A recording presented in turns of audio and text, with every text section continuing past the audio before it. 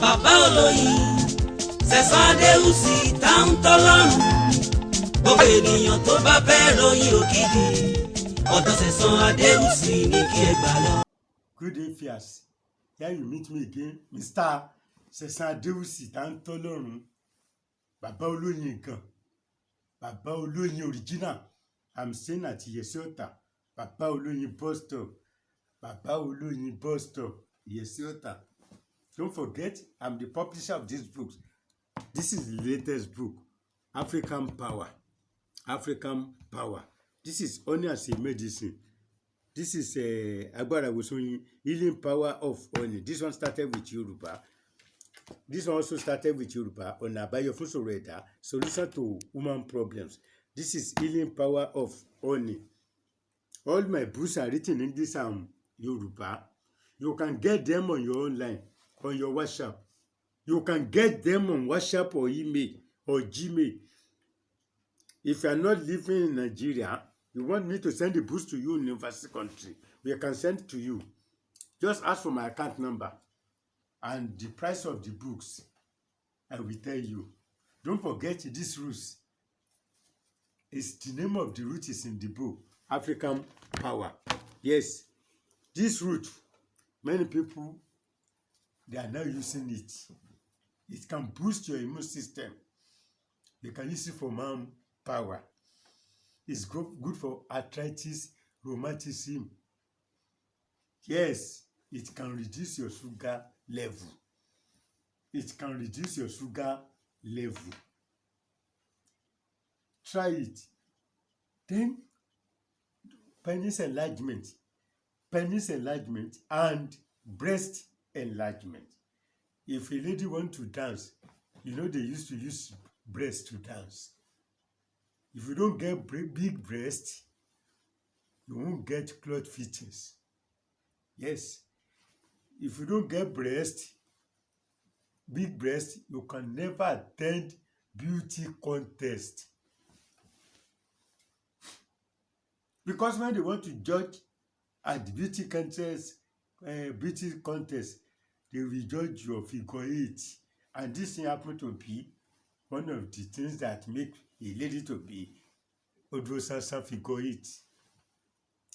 What you can use for breast enlargement is in the book, African Power. Yes, if things are not working for you, you can use orange peas. Igbo losan wa, ọmọ ayé ló lànà lọ́ba. How you can use orange peas is in this book. Today, I want to teach you spiritual powers of honey. Spiritual powers of honey. I told you that some people, they cannot sleep in the night. Anytime when they sleep like this, it is wahala. Somebody came to my house about 3 months ago. He hugged the dress, showed me the bag. How some people have been beating him they will beat him from dream to open daylight like this.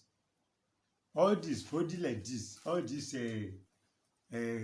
what gecko, they mark his body. This is love perfume. This is Bintu El Saddam. Bint El Saddam. Yoruba call it Lofinda Bintu. Watch my video. I have taught you before. But some people, they never see it. So you can use this Bintu. You open it. Put small drops of honey. Small honey. Put it on top. Cover it back. Then shake. Rub your body with it every night. Bad people will not near you again. It's in my book, Honey as a Medicine. Honey as a Medicine. It's in this book. Yes. This lavender, if somebody gets it, mix it with honey, rub your body with it every night before you sleep. Then the morning, if you can shake it, just put small drops in your hand, lick it. If you see a bad people, if you see a bad person, or there are many, you call them people, they are people, then they will not face your eyes like this. If you look at them, they will look down. They will never look at your face. They will always look down.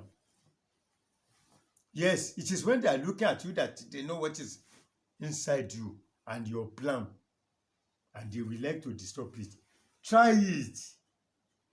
That is spiritual power of honey. Go and try it. I posted it on YouTube before. Some people has bought the book, but they don't open it. Some people will still come to me complaining, say, have you bought our book? They say, yes. Why can't you try this one, try this, that one? After the one that I prepare, I will just say, okay, go and try this one. Then if you come back, Baba, thank you. But you bought the book. You're supposed to do it by yourself. This is honey. Original honey. You can lick it. When you want to do freedom ceremony, they use it for freedom ceremony. Chieftaincy title, when they want to do ceremony, they use honey. Naming ceremony, they use honey. Freedom ceremony, as I said earlier, they use honey. But do you know that they can still use honey, that is the bees, to fight when there is war? Our people can use bees to sting people. Yes, I will not tell you today, because some people said they will come out with bees. I'm just begging them that they should relax. They said they will fight. They will just open the bees. They will be stinging the opponents around. I hope you are not an opponent. And once you are not an opponent, you don't need to panic. But once you are an opponent, even if you buy a helicopter, when you open your door, the door of your helicopter, the bees will be plenty there. They begin to sting people around. Sting only the wicked people. I thank God I am not wicked. I thank my cameraman, you are not wicked. It's going to sting only the wicked people.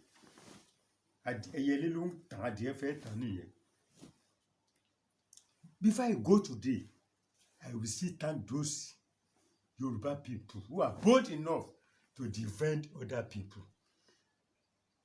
Ọkùnrin tó ń sun rárá àfọkùnrin akọ́ṣẹ́ ló ń ṣe nígbà tẹ́yìn sún yàrá yín lọ́lọ́dẹ ń ṣeré ló ń kiri lóru nígbà tẹ́yìn líkìmọ̀ yàrá yín làwọn kan bọ̀ ta nínú igbó tí wọ́n wá dáràndáràn kiri nínú igbó. Chief Gani Adams and OPC members, mo gbèdì fún yín o, Yorùbá ní dúpẹ́ lọ́wọ́ yín o. Olóyè Sunday Igboho, ọmọ Yorùbá ní dúpẹ́ lọ́wọ́ yín o. Ọláyẹmí Kóìkí, àwọn ọmọ Yorùbá ní dúpẹ́ lọ́wọ́ yín o. Àwọn pátá lọ sójú ogun, àwọn pátá lọ sójú ìjà, àwọn ọmọ Yorùbá ní kí n kí yín o. Ìṣẹ̀lẹ̀ ìṣòro wa yóò jẹ́ kẹ́ ẹ ṣàṣeyẹ o. Àwọn Ògbóni ní Oǹdó lọ́hùn, àbúrò yín o, Olúwa yóò ràn yín lọ́wọ́ o. Ẹyẹ ilé ló ń tàn lọ́wọ́, tádìẹ bá tàn kò ní í ṣe é kó. Torí wèrè ta la fi ń ní wèrè ilé. Àwọn ọmọ ìta wọ́n ń rówó oríta gbà lọ́wọ́. Bí wọ́n bá rówó ìta gbà mọ́, ẹnu mi kọ́ lẹ́yìn tí gbọ́ yòókù. Inú odò láwa yìí o, omi ò gbọ́dọ̀ gbé wa lọ. Inú odò láwa yìí o, omi ò gbọ́dọ̀ gbé wa lọ. Professor Wande Abímbọ́lá, inú odò láwa yìí o, omi ò gbọ́dọ̀. Ẹ má bá mi share rẹ̀, ẹ bá mi share rẹ̀ kọ́dọ̀dọ̀ Professor Wande Abímbọ́lá, ẹ bá mi share rẹ̀, ẹ bá mi share rẹ̀, ẹ bá mi share fídíò yìí kọ́dọ̀dọ̀ olóyè Yẹmí Ẹlẹ́bùúbọn, ẹ bá mi share rẹ̀, ẹ bá mi share program kọ́dọ̀dọ̀ Gbàgọ̀bíajẹ́lẹ̀, olóyè Gbàgọ̀bíajẹ́lẹ̀ ní Tẹ́lẹ̀ Ọ̀tà, ẹ bá mi share program kọ́dọ̀dọ̀ rẹ̀. Ẹ bá mi share program kọ́dọ̀dọ̀ Ọba Fákáyọ̀dé Aníkíníkùn, ẹ bá mi share rẹ̀ kọ́dọ̀dọ̀ ẹ̀. Gbàgọ̀bíajẹ́lẹ̀, Ọba Ìbùgàn Ọlẹ́ògùn, ẹ share program kọ́dọ̀dọ̀ rẹ̀. Àwọn tí mo ní kọ́dọ̀dọ̀ wọn yìí, ebe mi tutù tó yẹ kẹ́ ẹ ṣe. Ṣé bẹ́ẹ̀ sì máa wò wá ràn nìyẹn? Ẹ máa ń tọ́ yẹ kẹ́ ẹ ṣe. Ẹ bá gbẹ́bọ sórí ìta, ẹ ṣe tutù, ètùtù láyé gbà. nígbà tí jà ó ṣẹlẹ̀ láàrin àwọn ìlú kan àti ìlú kan jọ sí àwọn ìlú kan rówó rọta wọn rówó rẹ̀tù àwọn kan ò rówó ra nǹkan kan ráìsì lásán ní kì sínú nǹkan tí wọ́n fi jagun mi ní sọ́kọ àwọn ìlú méjì yẹn ká má tún dájà alẹ́ mọ́ nílẹ̀ Yorùbá ni o wọ́n fèsì ara wọn lè mọ̀ yàtọ̀ nínú àwọn ìlú yẹn síra wọn àwọn kan rówó kẹ́tù wọ́n kò bọ́n wọlé àwọn kan ò rówó màálù tí ò nílù màálù tí ò nírú Ọlọ́run ní bá lè sìn wọ́n rí agbára lò wọ́n ṣètùtù ráìsì lásán tí wọ́n bá kó sínú ìbọn wọn jagun lọ nìyẹn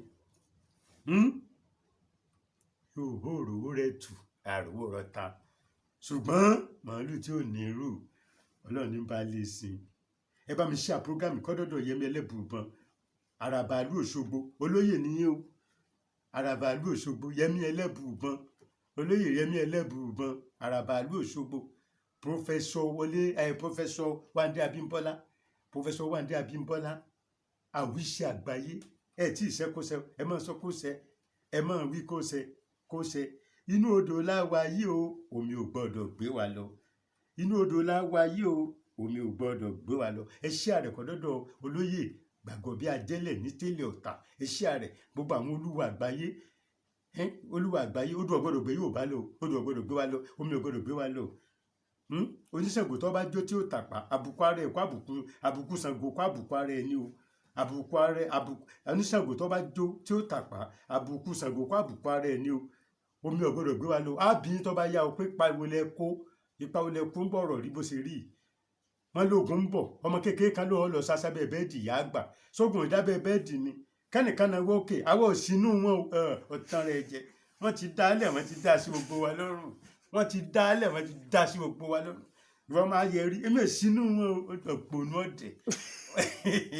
wàláyì wọn lóògùn ń bọ̀ ọmọ kan ló wọn lọ sásábẹ́ bẹ́ẹ̀dì ìyá àgbà sógun ìdábẹ́ bẹ́ẹ̀dì ìyá àgbà alẹ́ nìkan sọ fún mi olóhùn fòyìn jà mo ti ẹ̀ bẹ́ẹ̀ mo ní kí n gbé fídíò ẹ̀ síta ó ní òní ìdì ó lóun wọn máa foyín ta gbogbo ayé ni tó bá yá mo ní ṣàánú wa ó láwọn ọ̀tá ni o àwọn ọ̀tá ni wọ́n ń foyín jà lóòótọ́ oyin ó sì jáde yóò máa ta àwọn èèyàn ọ̀tá ni ó lóun wọn máa ta o mo ní kí n gba nọ́mbà ẹlẹ́kùn fún mi nọ́mbà ó lóun ò kí ń lo fóònù ó lóun wọn jáde tí wọ́n máa foyín ta gbogbo ayé báyìí tó kìkì ọ̀kan ẹ̀ẹ́dẹ̀ lè mọ̀ èèyàn lè jókòó nu yàrá kọ́ máa rán oyin sí yàn lóòótọ́ àwọn tó ń sọyàn láta yẹn wọn wá bá yàn nu yàrá èèyàn lágbájá ọmọ lágbájá ó lè jọ ọmọ lágídí wọn sọ̀rọ̀ sí ata wọn dẹ̀ sọyàn láta àwọn tí ń foyín jà náà àdó ni wọn fẹ́ síta afẹ́kọ́ lọlé lágbájá àtòkù mọ́kù amọ̀nà ọ̀run mọ́ lọ tó ń dààmú wa wọ́n bá ti fẹ́ ta oyún ọ̀lọ́tẹ̀ ní ẹ̀pa ni ẹ jọ ẹ má foyín tèmi o ọmọdé lè mí o ọmọ kéke mọ ẹsẹ̀ jà lẹ́nu ọ̀yàn ni títí ìjọba ìjọ tẹ́tù mọ́ gbọ́ mi till next time when you meet me again don't forget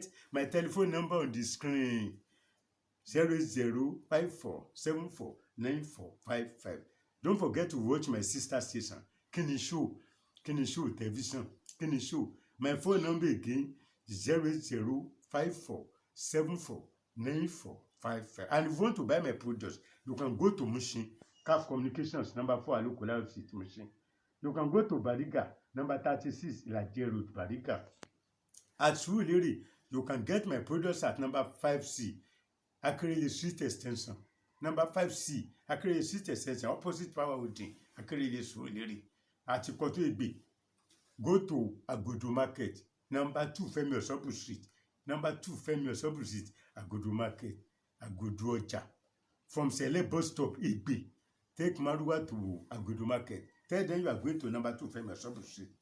Don't forget you can come to Baba Oloyin bus stop. Baba Oloyin bus stop Yesota. My phone number is on the screen. Don't forget, you can WhatsApp this number. You can send your messages to me on phone or to WhatsApp. Till next time when you meet me again, remain blessed.